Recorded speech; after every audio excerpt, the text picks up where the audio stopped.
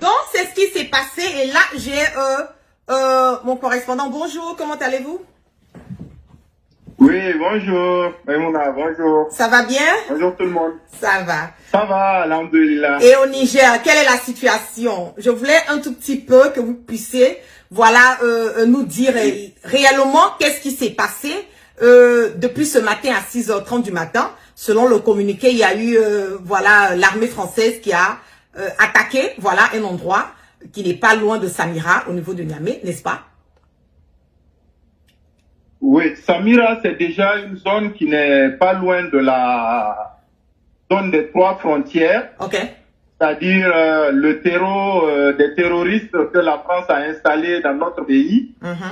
Et comme c'est eux qui les ont installés, et vu les circonstances actuelles où les pays de la CEDEAO ne vont pas les suivre, et même mieux, tout l'Occident ne va pas les suivre. Donc maintenant, la seule alternative qui leur reste, c'est de relever tous ceux qui sont cachés, leurs terroristes, aussi bien à l'intérieur des villes, des grandes villes, que au niveau des zones où les djihadistes sévissent, pour leur plan B. Nous avons compris que c'est leur plan B. Soulever certains Nigériens, les équiper contre nous. Et c'est ce qui a commencé ce matin-là, mais ils trouveront devant eux un peuple 3 fois plus déterminé, Inch'Allah. Mais quelle est la tension en ce moment? Est-ce qu'il y a une peur qui est imposée avec le peuple du Niger? Comment est-ce que les choses se passent à Niamey en ce moment? Non, de 7 à 77 ans. Je vous avais envoyé la vidéo d'un enfant de 7 ans. Ouais. Donc avec une arme et qui chante l'hymne national. Et donc le peuple, les gens se battent à leurs occupations. Mais le peuple reste constamment mobilisé. Nous avons des piquets partout. Et on les attend de pied ferme. Il n'y a pas de peur. Non, non, non. Un peuple souverain qui est dans sa vérité et dans sa justice n'a peur d'absolument rien du tout. Et comment ça se passe est-ce que vous avez vu des chars, comment on appelle ça, des avions de combat, voilà, tous ces trucs en train de survoler ou bien être à côté, à proximité de Niamey? Non, l'information que les militaires ont donnée ce matin de la violation, ça ce n'est pas la première, ni la deuxième, ni la troisième fois qu'ils sont en train de violer l'espace aérien nigérien. Donc cette information-là, c'est, si vous voulez, avec donc nos systèmes que ça a été vu. Mais on est au courant qu'ils sont en train de déverser des armes. Ils ont constitué des mouvements, ils ont réveillé l'ancienne rébellion et ils ont réveillé beaucoup de choses pour peut-être leur donner des armes. Mais ça ne marchera pas. Encore une fois, le peuple est calme, les gens se battent à leurs occupations. Moi, je suis allé au sport. Et on reste mobilisé. Du sport, on retourne maintenant sur le terrain de combat et on attend. Mais est-ce que les militaires, voilà, aujourd'hui nous sommes suivis par plus des milliers de personnes. Est-ce que les militaires sont prêts psychologiquement, mentalement à cette éventuelle attaque au cas où la CEDEAO décide, voilà, de faire les attaques? Le Niger est prêt, nos militaires sont prêts. Nous avons des militaires très aguerris. Les conditions dans lesquelles ils ont été formés dans le désert à 55-60 degrés et dans toutes les écoles militaires du monde, les gens savent la vaillance et l'intelligence de l'armée nigérienne. Et cette fois-ci, en fait, nous avons toutes nos armées derrière. Tout le monde est derrière le président du CNSP. Le peuple est derrière lui. Il n'y a pas de raison. Comme le Vietnam l'a fait à un temps de l'histoire, il n'y a pas de raison à ce que nous ne puissions pas défaire la France. Jusqu'à ce moment précis, notre seul ennemi, c'est la France. L'Italie vient de se désolidariser. Les pays scandinaves ont dit non. Ils continuent leur collaboration. Mais la France, pour voler à la fois le gaz, le pétrole et l'uranium, ben, ils sont dans une posture où ils ne veulent pas négocier. Ils veulent continuer à brigander. Et là, ils veulent passer par la force, quitte à faire du Niger une seconde Libye. Mais ça ne se fera pas. C'est impossible. Ok. Je vais prendre aussi quelques questions de mes followers au fur et à mesure que ça soit sur YouTube parce que j'ai plus de 335 personnes connectées sur YouTube et plus de 2400 personnes connectées en ce moment à cet instant sur mon Facebook. Donc, je vais prendre quelques questions. Mais bien avant de venir à ça, je voulais savoir, est-ce que l'armée française, parce que l'ultimatum a été donné à l'armée française de libérer, voilà, de quitter le territoire du Niger. Est-ce qu'ils ont exécuté? Est-ce qu'on les voit sillonner dans la ville? Comment est-ce que ça se passe? Oh, ils sont barricadés dans les endroits. Ils n'ont pas quitté parce que vous avez bien entendu leur immature de président dire qu'ils ne vont pas quitter. Mais puisque nous avons dénoncé tous les accords, ils vont quitter, ils veulent ou ils ne veulent pas. Ils ne sillonnent pas la ville parce qu'ils n'oseront pas. Okay. Ils sont dans leur cas à l'escadrille, mais la population est concentrée dans cette zone-là pour veiller à ce que même le bout de leur nez ne sera pointé dehors. Okay. Mais est-ce qu'il y a une distance? Est-ce que la zone où l'armée militaire se trouve en ce moment, est-ce que les militaires nigériens ont bloqué, voilà, accès à la ville? Non, ils ne peuvent pas avoir accès à la ville. Ils sont à l'escadrille, les Français. Donc, c'est à côté. C'est à moins de quelques kilomètres du centre-ville. Mais l'un dans l'autre, ils sont pas loin aussi donc des différentes armées donc du Niger.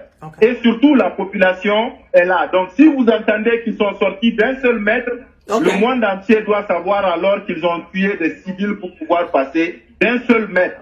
Ok. Vous pouvez répéter ça encore pour que les gens puissent comprendre. Si nous entendons que...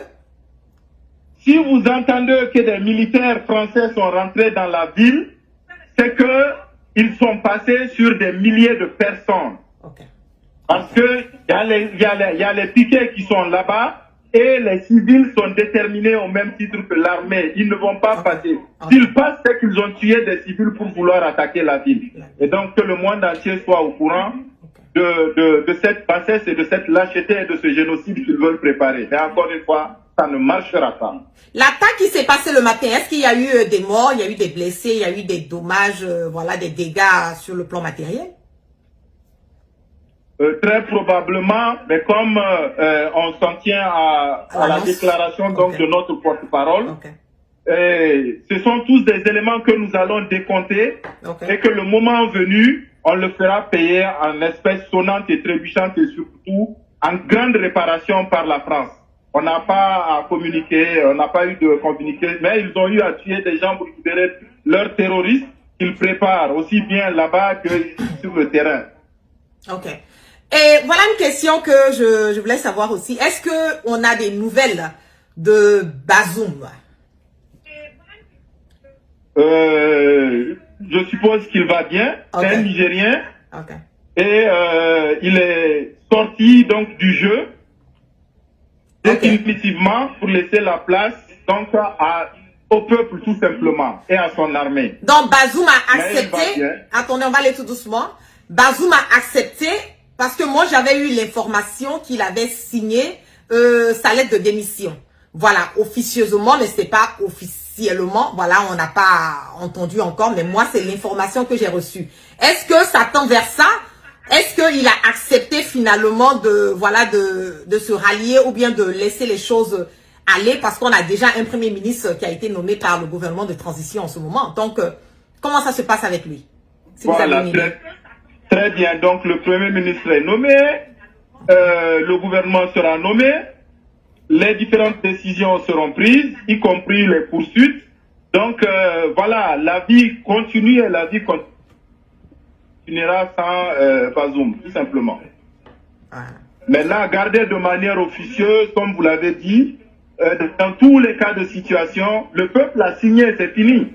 Il a dit que c'est le peuple qui l'a porté. Et alors le peuple a signé pour lui dire de partir parce qu'il n'a pas du tout répondu aux aspirations du peuple. Voilà. Wow. Mais la situation est très calme. Là? Ouais. Allô? Oui, allô? Oui? Oui, je demandais si la situation est très calme à Niamey en ce moment. Non, c'est très très calme. Okay. C'est très calme. C'est très calme. Tout le monde va à ses occupations. Okay. Mais les gens restent extrêmement concentrés et déterminés et mobilisés. Mais c'est très calme. Il y a des véhicules. En fait, tout le monde passe. Et personnellement, je suis au sport parce qu'il faut aussi rester en forme. Oui, c'est clair. Ok, si je vous demandais de décrire en quelques minutes, voilà pour mes auditeurs, des personnes qui vont regarder le direct après, sur la situation en ce moment et à cet instant T du Niger, qu'est-ce que vous pouvez dire? Oui, sur la situation, on peut dire que dans toutes les villes du Niger, des mouvements spontanés et bien coordonnés, donc de résistance, parce que nous sommes dans une phase de résistance, des mouvements sont mis en place. Ça, c'est un. Deuxièmement, le peuple reste très discipliné. Pour ceux qui connaissent les Nigériens, ils nous savent très disciplinés. Donc, le peuple reste très discipliné à l'écoute donc de son chef, de son vrai chef qui est M. Tchani, le général Tchani. Le troisième élément, c'est que c'est un peuple qui sait qu'il est dans la vérité. Et donc, quand on est dans la vérité, on n'a peur absolument de rien. Donc, on est préparé. On est déjà dans la lâcheté des pays de la CEDEAO, notamment donc le Nigeria, mais ils vont le payer très cher. Dites à vos correspondants du Nigeria de leur traduisez-leur en anglais qu'ils vont payer très cher parce que on fait le contrat, on est en train de rationner en courant parce que a une convention qui date de 50 ans et ils sont en train de rationner le courant. Tout jamais, c'est juste, on a du courant de temps à autre parce que le Nigeria a bloqué. Tinubu est allé se coucher à Paris pendant un mois pour préparer des bêtises comme ça, afin de dormir parce que lui, il a appris à dormir. En dehors de ça, et ça aussi, le peuple a fait. Et Dieu merci, il pleut. Donc, le peuple n'est pas de la chaleur, c'est ce qui nous dérangeait quand il n'y a pas de courant. Il pleut en ce moment. Il pleut en ce moment, vraiment fiers de notre armée, on est mobilisé. Vous dites qu'il pleut en ce moment à Niamey? Problème par rapport à ça. Allô? Non, le temps est tout. Ce n'est pas que les bailleurs de l'impérialisme et de la communauté économique. Parce que la bêtise, finalement, je pense qu'elle est africaine. Sinon, une communauté économique dire qu'elle va prendre des armées avant de se raviser, c'est quand même un... Ah, j'ai commencé à avoir un problème de réseau. Allô? Allô? Je vais essayer de relancer. Allô? Je commence à avoir un problème. Voilà, la connexion sur moi n'est pas du tout bonne. Voilà, je vais le relancer encore voir. Voilà, on a eu un problème de connexion. Des lignes qu'il y a. Voilà. Allô? Oui, allô, je vous entends. Voilà. Donc, je disais que la situation est vraiment sous contrôle donc de notre armée et de sa population. Okay. Les gens sont très organisés. Les effets des sanctions, c'est surtout celui de l'électricité que Tinubu a fait couper à partir du barrage de Penji. Okay. Alors que des accords nous lient depuis une cinquantaine d'années. Et on ne sait pas pourquoi.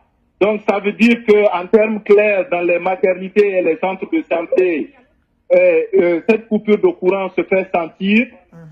Et alors que nous sommes dans notre rang, nous payons en avance sur des années. C'est nous qui faisons la maintenance des équipements là-bas au Nigeria. Mais comme si nous dort, je crois que les Nigériens doivent réveiller leur président. Il est en train de dormir. Il ne sait pas qu'il y a des accords qui sont là et nous avons des peuples séculaires. Nous avons des chefs traditionnels du Niger qui ont leur population au Nigeria inversement.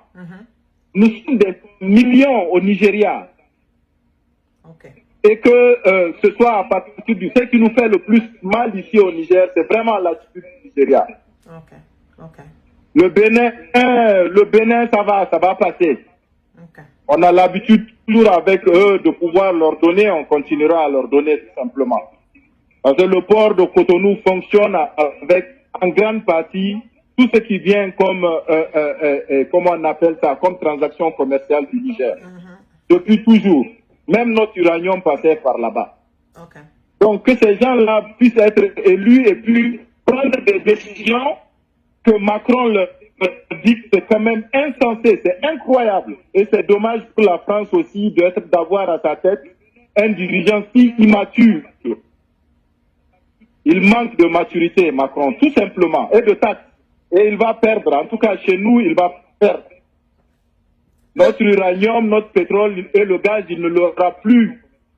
Ou alors ça va être sous des conditions complètement négociées, avec des prix qui vont être négociés à la hausse, jamais à la baisse, à la baisse du moins. Voilà. Franchement, je le dis, j'ai l'impression que ça n'a même pas encore, ça n'a même pas encore débuté. Voilà, avec toutes ces informations que nous recevons, j'espère que d'ici quelques jours, voilà, ce sera officiel et que Bazoum va finalement laisser tomber, parce que plus le temps avance, plus on voit que le peuple, voilà, la majorité des Nigériens aujourd'hui sont pour la nouvelle transition. C'est ça, c'est ce qu'on est en train de remarquer. Donc, la majorité des Nigériens, mais vous autres aussi, Maïmouna, et le monde entier, merci. Que nous remercions. Tout le monde est avec nous. On ne peut pas perdre quand on est dans la vérité. Et nous vous remercions pour tout ce soutien et pour ce partage-là que vous avez de notre souffrance. Parce que quand vous imaginez que des gens peuvent aller à l'hôpital et ne pas avoir des machines pour se soigner, ou bien les femmes au niveau des maternités, à cause de quoi, à cause des gens de la France, on imagine bien que ce sont des jours difficiles, mais ça va passer. C'est clair. Donc, nous allons continuer à donner les informations. On va toujours rester en contact. Voilà, comme on a l'habitude de faire sur les infos concernant le Niger. N'hésitez pas à toujours m'envoyer des informations, les vidéos, les news, et puis bon, tout ce qui va avec. Merci. Voilà, et encore je dis, moi, je suis toujours du côté de la vérité. Je suis toujours du côté, voilà, du peuple. Je suis quelque part la voix, voilà, des sans-voix, la voix du peuple. Dans ce que le peuple du Niger décide, ce qui est bon pour le peuple du Niger, moi, la guerre, je serai toujours, voilà, à leur côté. Et j'en profite aussi pour dire au nouveau président. On remercie tous les Africains, les panafricanistes et tout le monde. On les remercie pour leur soutien, vraiment. Voilà. Merci. Pas de souci. Donc, dites au président Tiani que nous sommes avec lui, nous sommes de cœur avec lui, parce que le peuple l'a choisi et nous allons dans ce sens. Merci. Voilà, courage, courage, merci. Courage à tous. Il l'entendra de la bonne oreille. Je sais. Et de la bonne oreille, Inch'Allah. Je le sais, je le sais.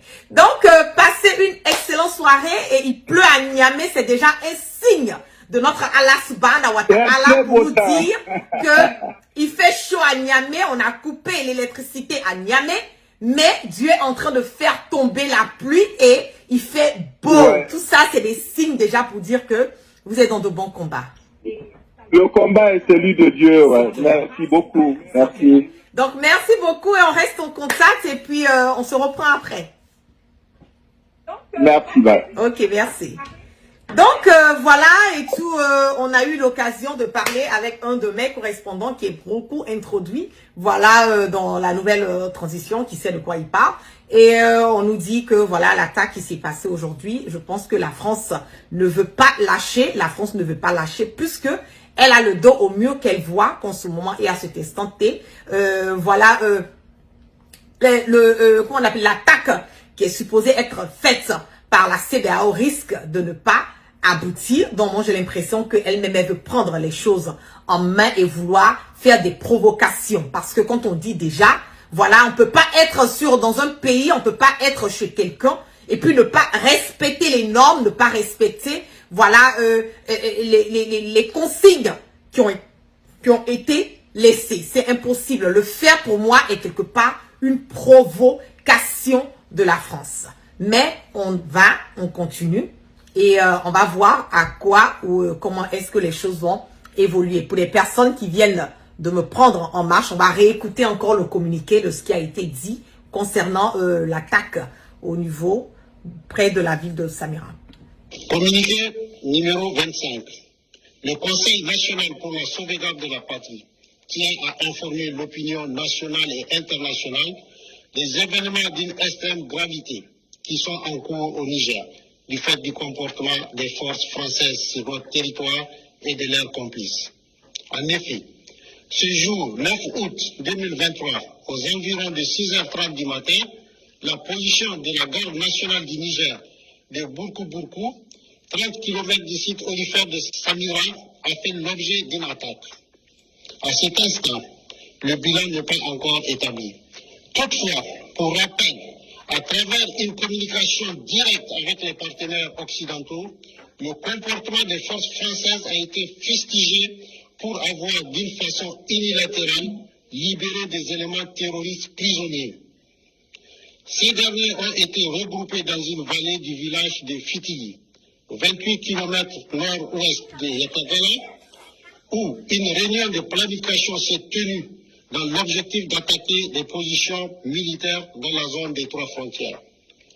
Ces chefs d'éléments terroristes libérés, au nombre de 16, ont été appréhendés dans 3 opérations, dont 2 en territoire nigérien. Le 15 juin 2023, à Yessi, 38 km de Bankilare, ayant conduit à l'arrestation de 3 terroristes. Le 16 juin 2023, à Makarma, ayant conduit à l'arrestation de 5 terroristes.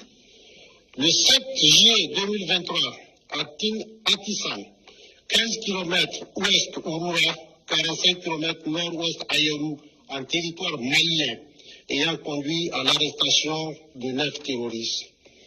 Toujours dans leur volonté manifeste de déstabilisation, ces forces françaises ont fait décoller ce jour 9 août 2023 un avion militaire de type A400M de N'Djamena à 6h01 locale. Cet aéronef a volontairement coupé tout contact avec le contrôle aérien à l'entrée de notre espace de 6h39 à 11h15 locale. Ces actes ci-dessus énumérés nous confortent dans notre analyse de la situation. Mais au-delà, depuis la prise du pouvoir par le CNSP et dans le souci d'une nouvelle approche sécuritaire, nous assistons à un véritable plan de déstabilisation de notre pays. Ces désordres sécuritaires planifiés par ces forces françaises, comme ce fut le cas au Mali et au Burkina Faso, ont pour but de discréditer le CNSP et créer une rupture avec le peuple qui le soutient dans son action, de créer un sentiment d'insécurité généralisée. En tout état de cause, le CNSP et les forces de défense et de sécurité rassurent le peuple nigérien quant à leur détermination à assurer la sécurité des personnes et des biens et défendre l'intégrité du territoire. À cet effet, le président du CNSP, chef de l'État, chef suprême des armées, a ordonné les mesures suivantes. Au FDS, relever leur niveau d'alerte sur l'ensemble du territoire national. Au peuple de rester mobilisé et vigilant. Aux autorités compétentes de saisir les juridictions et instances internationales de la question. Ok, donc voilà ce qui a été dit, le communiqué, et on va toujours regarder les choses, l'évolution des choses, et je pense qu'au fur et à mesure, et je trouve que c'est vraiment super pour ce gouvernement de transition de venir à chaque moment informer pas seulement la communauté nationale, mais surtout la communauté internationale pour que les gens puissent savoir réellement ce qui est en train de se passer sur le territoire du Niger. Sur ce, merci à toutes les personnes qui sont restées connectées avec moi cet après-midi. Que la grâce de Allah subhanahu wa ta'ala soit sur tout un chacun et que Dieu dans sa miséricorde qui continue de pardonner nos péchés et nous amène là le sens du discernement. Courage, courage, courage à mes frères au niveau du Niger. Courage à vous et on le dit tous les jours que seule la lutte libère. Donc, tenez bon. Un jour, Inch'Allah, les choses vont rentrer dans les normes. Donc, excellente soirée, peace and love à vous et puis je vous claque plein de bisous. Peace and love.